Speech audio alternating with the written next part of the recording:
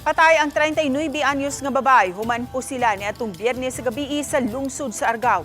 Samtang konsihal sa usa sa mga barangay sa lungsod sa Uslob nasikop. Ani ang report ni Fem Ridumabo. Patay ang 39 anyos nga babaeng si alias Joylyn. Taga barangay Langtad, lungsod sa Argao, human po sila niadtong Marso 6 sa gabi.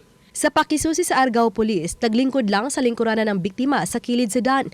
Diyang naabot ang mga mamumuno dayong pusil ni ini. Nasikop sa mga sakop sa Argao Municipal Police Station ang mga suspitsado nga sila si alias Kirby, 33 anyos, ug alias Eddie, 64 anyos, mga mulupyo ug gihapon sa lungsod sa Argao nitong Sabado sa hapon. Positibong gitumbok sa kapuyo sa biktima ang mga suspitsado nga kauban ni alias Joylyn dihang gipusil kini.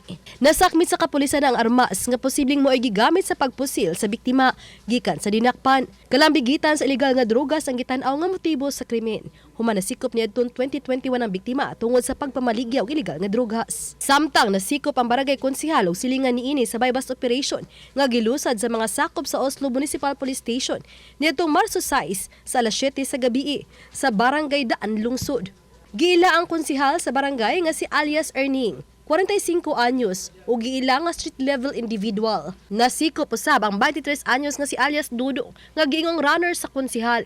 Nasakmit gikan sa duha ang gidudahang syabo nga mobalor sa dulan 6,000 pesos. Mato di Police Major Alejandro Batubalonos, ang hepe sa Oslo Municipal Police Station, nga dugay na nilang gimonitor ang maong konsihal. Dako niyang iyang distribution, no? Gamay ra niyang iyang distribution diri sa Oslo kay wa mangay kay ta makapenetrate ang drugs diri sa Oslo.